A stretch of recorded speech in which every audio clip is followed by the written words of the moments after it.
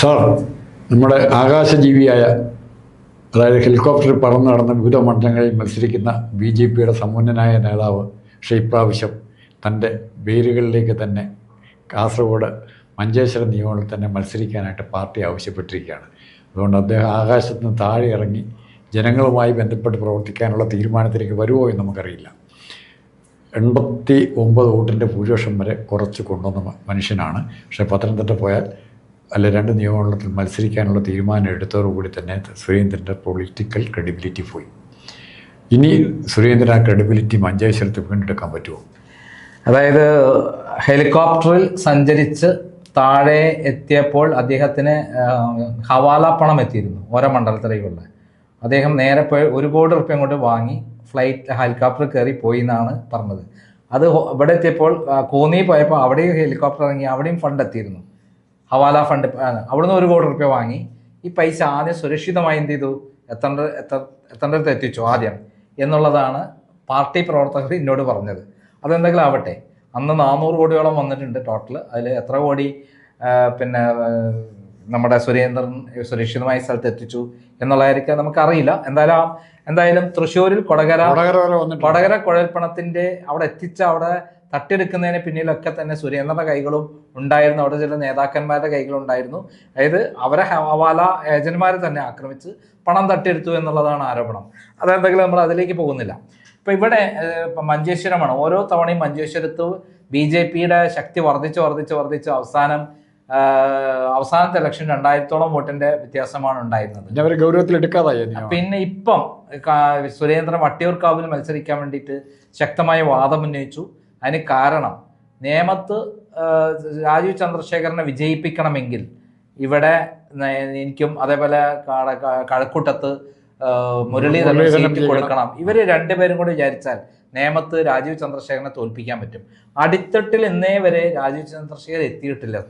അദ്ദേഹം മുകളിലൂടെയുള്ള ഒരു യാത്രയാണ് പോകുന്നത്. പാർട്ടി നേതാക്കന്മാരുമായിട്ടാണ് ബന്ധം, അണികളായിട്ട് ബന്ധമില്ലാത്ത ഒരാളാണ് രാജീവ് ചന്ദ്രശേഖർ.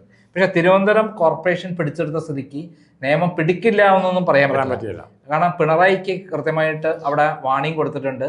പക്ഷെ ആ BJP അണികളെ കൊണ്ട് അവിടെ പ്രശ്നമുണ്ടാക്കും, അത് മര്യാദയ്ക്ക് വട്ടിയൂർക്കാവ് തന്നോ എന്നാണ് പറഞ്ഞിരുന്നത്.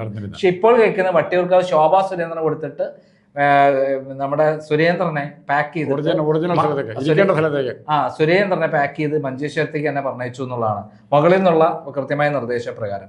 അപ്പൊ ഇവിടെ മഞ്ചേശ്വരത്തെ നോക്കിക്കഴിഞ്ഞാൽ ഇപ്പോഴത്തെ അവസ്ഥയിൽ അവിടെ കഴിഞ്ഞ തദ്ദേശ സ്വയംഭരണ തെരഞ്ഞെടുപ്പിൽ ഭൂരിപക്ഷം കണ്ടാൽ നമ്മളത് മാത്രം നോക്കിയാൽ ഞെട്ടിപ്പോകും. ഇപ്പൊ ലേറ്റസ്റ്റ് ആയിട്ടുള്ളതാണല്ലോ.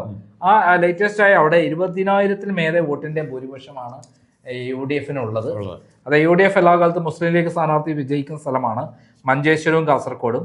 അതിൽ കാസർഗോഡ് 26,345 വോട്ടിന്റെ ഭൂരിപക്ഷം, 20,164 വോട്ടിന്റെ ഭൂരിപക്ഷം ഉണ്ട്. അവിടെ 47,071 വോട്ടിന്റെ ഭൂരിപക്ഷമാണ് NDAക്ക് കിട്ടിയത്. 67,235 വോട്ടാണ് UDF-ന് കിട്ടിയത്. 41,908 മൂന്നാം സ്ഥാനത്താണ് LDF. അപ്പം 20,000 വോട്ടിന്റെ ഭൂരിപക്ഷമുണ്ട്. ഇനി അവിടെ വേറെ തരത്തിൽ കച്ചവടം നടക്കുകയായിരിക്കാം. LDF-ന്റെ 41,000 വോട്ടില് ഒരു 25,000 വോട്ടെങ്കിലും അങ്ങനെ മാറ്റിയാൽ നടക്കുള്ളൂ. കാരണം 20,000 പറഞ്ഞാൽ 30,000 വേണ്ടി വരും. അതിന് കാരണം എന്താ അറിയോ? കാരണം BJPയിലെ അവിടെ ഭയങ്കര 2 വിള്ളലാണ്. സുരേന്ദ്ര പക്ഷക്കാരും സുരേന്ദ്രന് വിരുദ്ധ പക്ഷക്കാരുമാണ്. BJP വിട്ടുപോയ ഒരാളുള്ള അടുത്ത അവിടെ എന്താ സംഭവിച്ചാൽ അവിടെ ശക്തമായ രൂപത്തിൽ സുരേന്ദ്രനെതിരെയുള്ള ഒരു നീക്കമാണ്. സാർ, ഈ പിണറായി വിജയൻ മന്ത്രിസഭയെ അതിൻ്റെ ആദ്യ കാലഘട്ടങ്ങളിൽ രക്ഷപ്പെടുത്തി നിർത്തിയത് 2 തരത്തിൽ രക്ഷപ്പെടുത്തി. ഒന്ന്, കാര്യമായിട്ട് അറ്റാക്ക് ചെയ്ത് പ്രസംഗം മാത്രം നടത്തി. രണ്ടാമത് എല്ലാ ദിവസവും ചാനലിൽ വന്ന് പറയണം എന്താണ് പിണറായി വിജയൻ്റെ വീട്ടിലേക്ക് ED വരാൻ പോകുന്നു. റവന്യൂവിലെ ഓരോ ചാനലിലും മാറി ഇങ്ങനെ പറഞ്ഞുകൊണ്ട് നടക്കുകയാണ്. ഇതോട്ട് വന്നുമില്ല. EDയുടെ വില പോയി, BJPയുടെ വില പോയി, സുരേന്ദ്രൻ്റെ വില കളഞ്ഞ് BJPയുടെ കേരള സ്റ്റേറ്റ് പരിഹാസ്യപാത്രമാക്കിയതിൽ 1-ാം പ്രതി കേരളത്തിലെ BJPയെ തകർത്തതിന്റെ പ്രതികളിൽ V മുരളീധരന് K സുരേന്ദ്രനുള്ള പങ്കാളിത്തം എല്ലാവർക്കും അറിയാം. പക്ഷേ സുരേന്ദ്രന് സ്വന്തമായിട്ട് പേഴ്സണലായിട്ട് BJPയെ കൊണ്ട് വലിയ നേട്ടമുണ്ടായി പ്രസിഡന്റ് എന്നുള്ളതില്ല. എന്താണെന്ന് അറിയാമോ? നേട്ടം എന്ന് പറയുന്നത് K സുരേന്ദ്രൻ കോടിക്കണക്കിന് രൂപ കച്ചവടം ചെയ്തു പിണറായിയായിട്ട് എന്നുള്ളതാണ്. അതായത് അദ്ദേഹമാണ് സ്വർണ്ണക്കള്ളക്കടത്തിൽ പിണറായി വിജയൻ മാത്രമല്ല ഭാര്യയും മകളും മകനുണ്ടെന്ന് പറഞ്ഞത്, കുടുംബസമേതം ജയിൽ പോകുമെന്ന് പറഞ്ഞത്, പിന്നെ ഇത് വന്നപ്പോൾ ഡോളർ കടത്ത് വന്നപ്പോൾ വീണ്ടും പറഞ്ഞു, അതേപോലെ ലൈഫ് മിഷൻ തട്ടിപ്പ് വന്നപ്പോൾ ഇപ്പൊ അറസ്റ്റ് ചെയ്യുമെന്ന് പറഞ്ഞു. എന്തിന് CMRL കരിമണൽ കടത്തുകാരെ കമ്പനി വന്നപ്പോൾ അവിടുന്ന് ED പുറപ്പെട്ടു, ഇപ്പൊ തൂക്കിയെടുത്ത് കൊണ്ടുപോകുന്നു. എന്തിന് ലാവലിംഗ് കേസ് ഇപ്പൊ 80 തവണ മാറ്റി വെച്ചപ്പോൾ ആദ്യം അതിനുവേണ്ടി സജീവമായി നിന്ന ആളാണ്, ഞാൻ സപ്പോർട്ട് ചെയ്ത ഒരാളാണ്, പ്രത്യേക പതിപ്പിറക്കിയ ടൈമിൽ കൊടുത്ത ആളാണ് സുരേന്ദ്രൻ. ഇതൊക്കെ കച്ചവടം ചെയ്തു പോയി. ഇദ്ദേഹവും യൂസഫ് അലിയും പിണറായിയും കൂടിയുള്ള ധാരണ പ്രകാരം കച്ചവടം ചെയ്ത് പണമൊക്കെ അവിടെ സുഖമായിട്ട് വിദേശത്ത് സുരക്ഷിതമാക്കി. പിന്നെ എങ്ങനെയാണ് സുരേന്ദ്രൻ പിണറായിനെ കൊടുക്കാൻ പോവുക? അല്ല, അങ്ങനെ ഒരു ധാരണ ഉണ്ടെങ്കിൽ തീർച്ചയായിട്ടും കാസർഗോഡ് സുരേന്ദ്രന്റെ ഷുവർ സീറ്റ് കൂടി ആയില്ലേ? അതിന് വോട്ട് അവിടെ കച്ചവടത്തിൽ 40,000 വോട്ടുള്ളവർക്ക്. അപ്പൊ നമ്മളൊരു കേരളത്തിലെ ഇന്റലിജൻസ് റിപ്പോർട്ട് പ്രകാരവും ഇപ്പം NDTVയുടെ പുതിയ റിപ്പോർട്ട് പ്രകാരം എന്താണ് പറയുന്നത് അറിയോ? 52% വോട്ട് UDF അനുകൂലമാണെന്നാണ്. ഈ 52% വോട്ട് ഇവിടെ അനുകൂലമാകുമ്പോൾ എങ്ങനെയാണ് ഇവിടെ കാര്യങ്ങൾ നീക്കുക? ഇതിന് കാരണം കഴിഞ്ഞ തവണ അവർക്ക് കിട്ടിയ തദ്ദേശ സ്വയംഭരണ തെരഞ്ഞെടുപ്പിൽ LDF നിന്ന് 15% വോട്ട് UDFിലേക്ക് മറിയുന്നതാണ്. 41,699 വോട്ടെന്ന് 7,000 വോട്ട് 6,000 വോട്ട് തന്നെ മറിഞ്ഞാൽ 6,000 വോട്ട് പറഞ്ഞാൽ 74,000 വോട്ടാവും. അവരെ തമ്മിലുള്ള വ്യത്യാസം നോക്കണ്ട. BJPന്റെ വ്യത്യാസം 10% വോട്ട് BJPന്റെ വോട്ട് ഇങ്ങോട്ട് മറിയുന്നതാണ്. അപ്പൊ 5,000 വോട്ട് ഇങ്ങോട്ട് പറഞ്ഞാൽ 72,000 77,000 വോട്ടായി. ഇവരെ വോട്ട് എങ്ങനെ തലകുത്തി മറിഞ്ഞാലും CPM-കാരെല്ലാരും വോട്ട് ചെയ്യാൻ തയ്യാറാവില്ലല്ലോ. ഒരു 15% വോട്ടെങ്കിലും മറിക്കാൻ പറ്റുള്ളൂ. CPM ആ രീതിയിൽ അവിടെ ഉണ്ട്. ഇപ്പൊ പയ്യന്നൂരെ സംഭവം നമ്മൾ കുറച്ച് മുമ്പ് നമ്മൾ ചർച്ചയപ്പോൾ സംസാരിച്ചാണ്. വി കുഞ്ഞകൃഷ്ണൻ ഉയർത്തിവിട്ടിരിക്കുന്ന ബോംബ് നാളെ പൊട്ടുക. അത് കാസർഗോഡേയും ബാധകമാണ്. അല്ല, കമലവാറേനെ മൊത്തം ബാധിക്കുന്നത്. ചീമേനിയും ഒക്കെ നമുക്ക് എത്രയോ കൊലപാതകങ്ങൾ നടന്നു. ഇപ്പൊ സുഹൃത്ത് പറഞ്ഞ ചിലപ്പോൾ സാധ്യത വി കുഞ്ഞകൃഷ്ണൻ അനുകൂലമായിട്ട് ശൈലജ ടീച്ചർ പരസ്യ പ്രസ്താവനയായിട്ട് രംഗത്ത് വന്നാൽ എന്നൊരു ചോദ്യചിഹ്നം.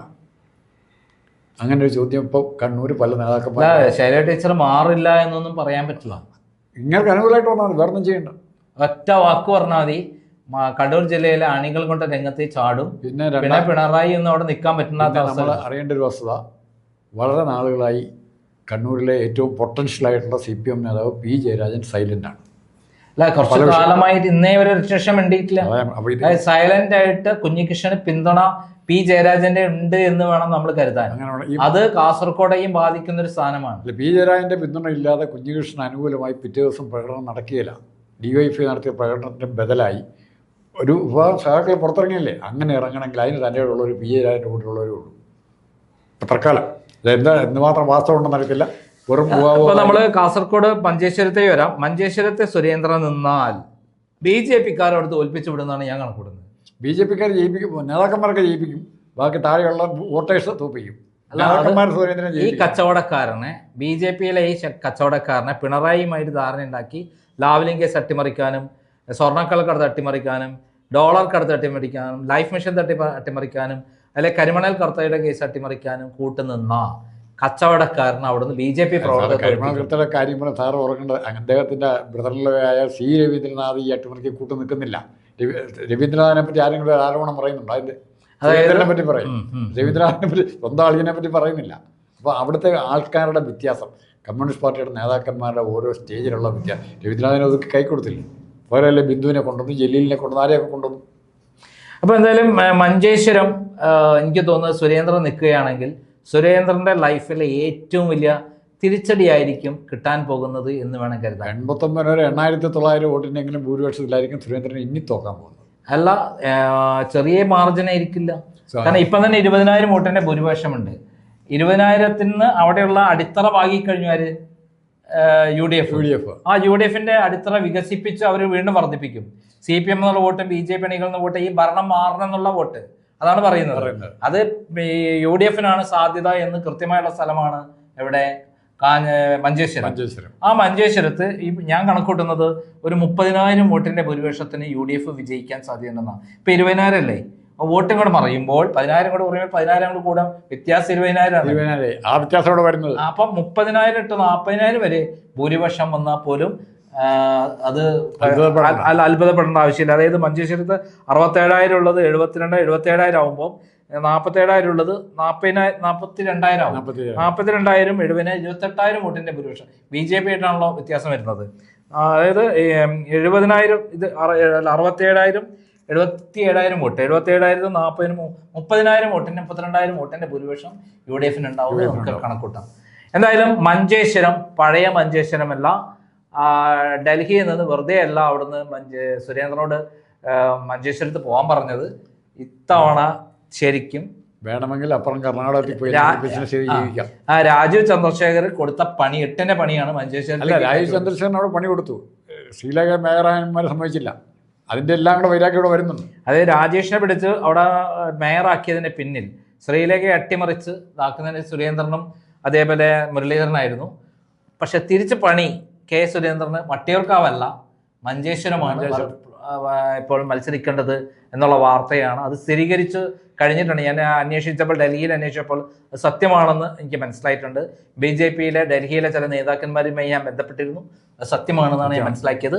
നമുക്ക് മഞ്ചേശ്വരത്തിലെ വിധി രസകരമായിരിക്കും. കേരളത്തിൽ ഏറ്റവും ചർച്ച ചെയ്യപ്പെടുന്ന വിധിയായിരിക്കും. പിന്നെ ഏറ്റവും രസകരമായ ഇപ്പോൾ അടുത്ത കാലത്ത് അദ്ദേഹത്തിനെതിരെയുള്ള കേസൊക്കെ തീർത്തു കൊടുത്തിട്ടുണ്ട് ഗവൺമെന്റ്. അല്ല, അതൊക്കെ കൂടെ വരും. ഇലക്ഷൻ കേസൊക്കെ ഉണ്ടല്ലോ, ഭീഷണിപ്പെടുത്തി എന്നൊക്കെ പറഞ്ഞ ജാനുവായിട്ടുള്ള കേസ് ഒഴിവാക്കി, എല്ലാ കേസിലും അവിടുത്തെ സുന്ദരനായിട്ടുള്ള കേസ് ഒഴിവാക്കി എന്നുള്ളതാണ് പുറത്തു വന്നുള്ള കാര്യം. ജാനുവിന്റെ നാവ് ഇപ്പോൾ UDF കൂടെയാണല്ലോ. ഏതായാലും ഇനിയിപ്പോൾ ജാനു കുറെ കൂടെ സത്യം പറയും. ഓക്കെ.